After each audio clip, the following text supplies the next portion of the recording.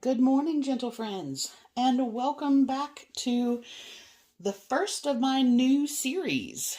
If you've been with me a while, you might have had a little bit of a shock when you got back to my channel and all of a sudden everything was gone. So, I did do a quick introduction 2022 plan video, so you can check that. I will link that in the iCard above, so you can kind of check on that if you want to know what's going on. But this is my first meal of 2022. I'm going to start the morning with a fruit and yogurt bowl. And what I'm going to do for that is I really like the Greek God flavored range. Now, most of their range is not compatible with what I'm doing because of the additional preservatives in there. But this particular one is completely good to go. So this is 200 calories for 2/3 of a cup, which is what I'm going to be using this morning. I have that. And then to that, I'm going to add blackberries, raspberries, and blueberries. Now I've put some in this little cup. I'm actually going to put this through my magic bullet and blend that up. It becomes this gorgeous, gorgeous purple color. And I'm going to add a little bit of 100% pomegranate juice. I love pomegranates. I have some fresh ones, and I bought this juice so that I can do a pomegranate reduction sauce for some pork. Now, to that, I'm also going to add 10 fresh almonds. These Kroger had various nuts on sale, just sort of, in the shell. So I'm going to do 10 of those, and that will be breakfast. Hey guys, welcome back for lunch.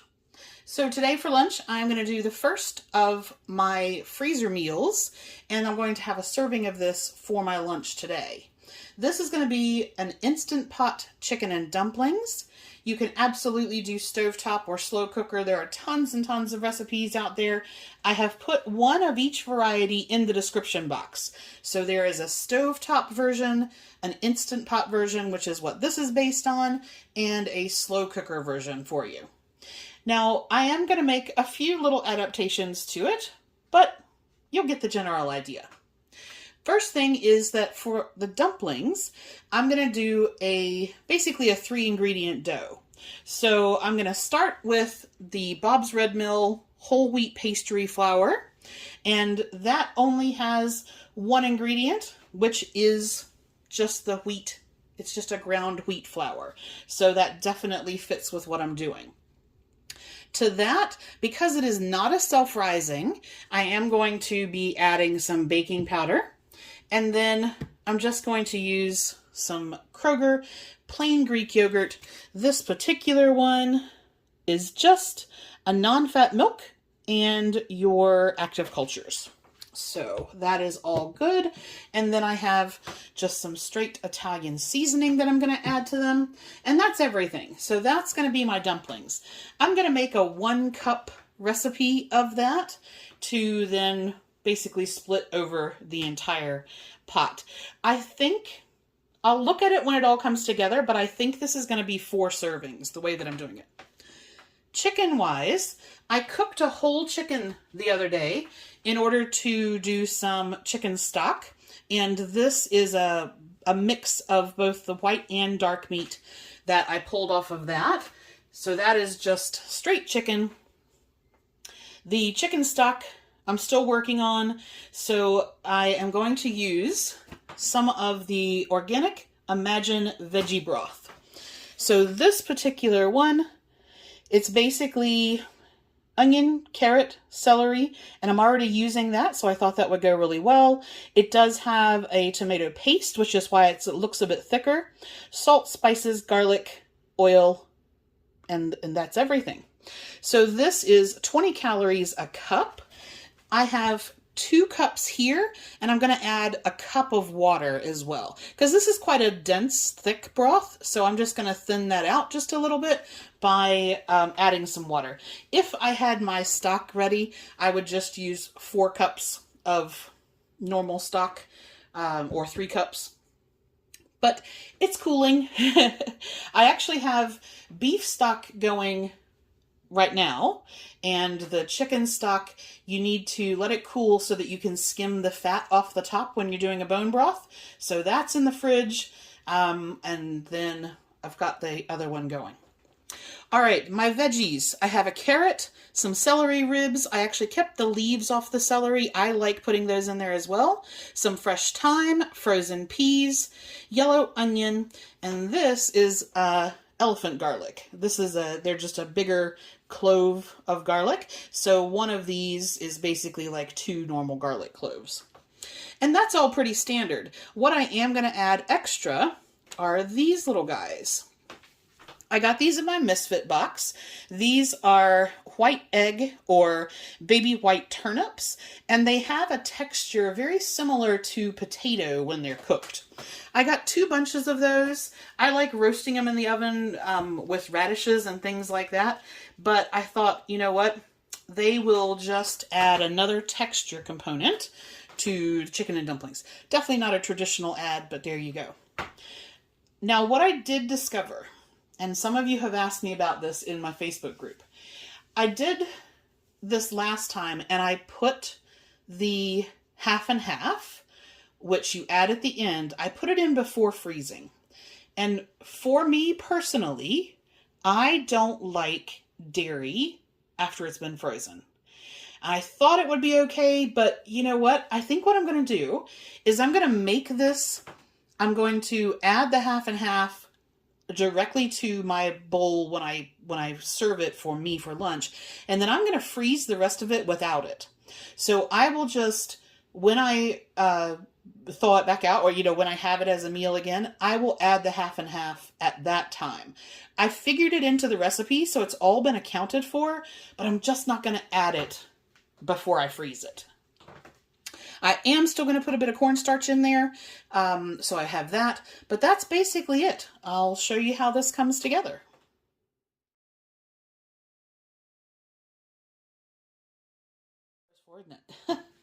Okay, so I went ahead and separated out the finished chicken and dumplings.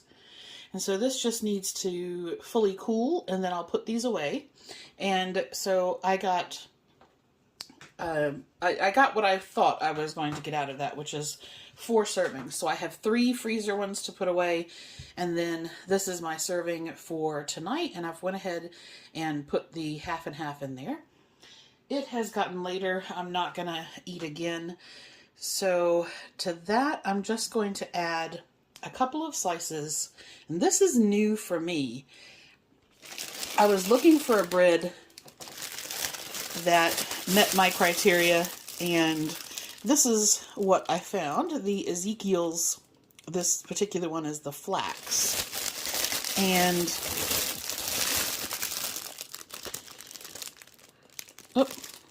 showing me the wrong thing. So what I get for doing this with no glasses on. There you go. So there is our ingredients there, and I'm going to try this. This is 80 calories a slice. People have equated it to Dave's Killer Bread, which I don't normally buy either because both of them are tremendously expensive. That at Kroger was like $5.50 a loaf. But I have lost the paddle to my bread maker, and until that, I've reordered another one. So when that comes in, I'm going to do making my own bread again. But right now, I didn't have it. So I'm going to have a couple of slices of that. And thankfully, my Chef Chamois butter meets my requirements. So there you go. That's our ingredients. And this is a whipped butter. It is 60 calories a tablespoon. So I'm going to have some of that. And I don't know if I'm going to do anything after that. We'll see. I have plenty of calories left for the day. But I'm going to have this, and let's see where we go from there.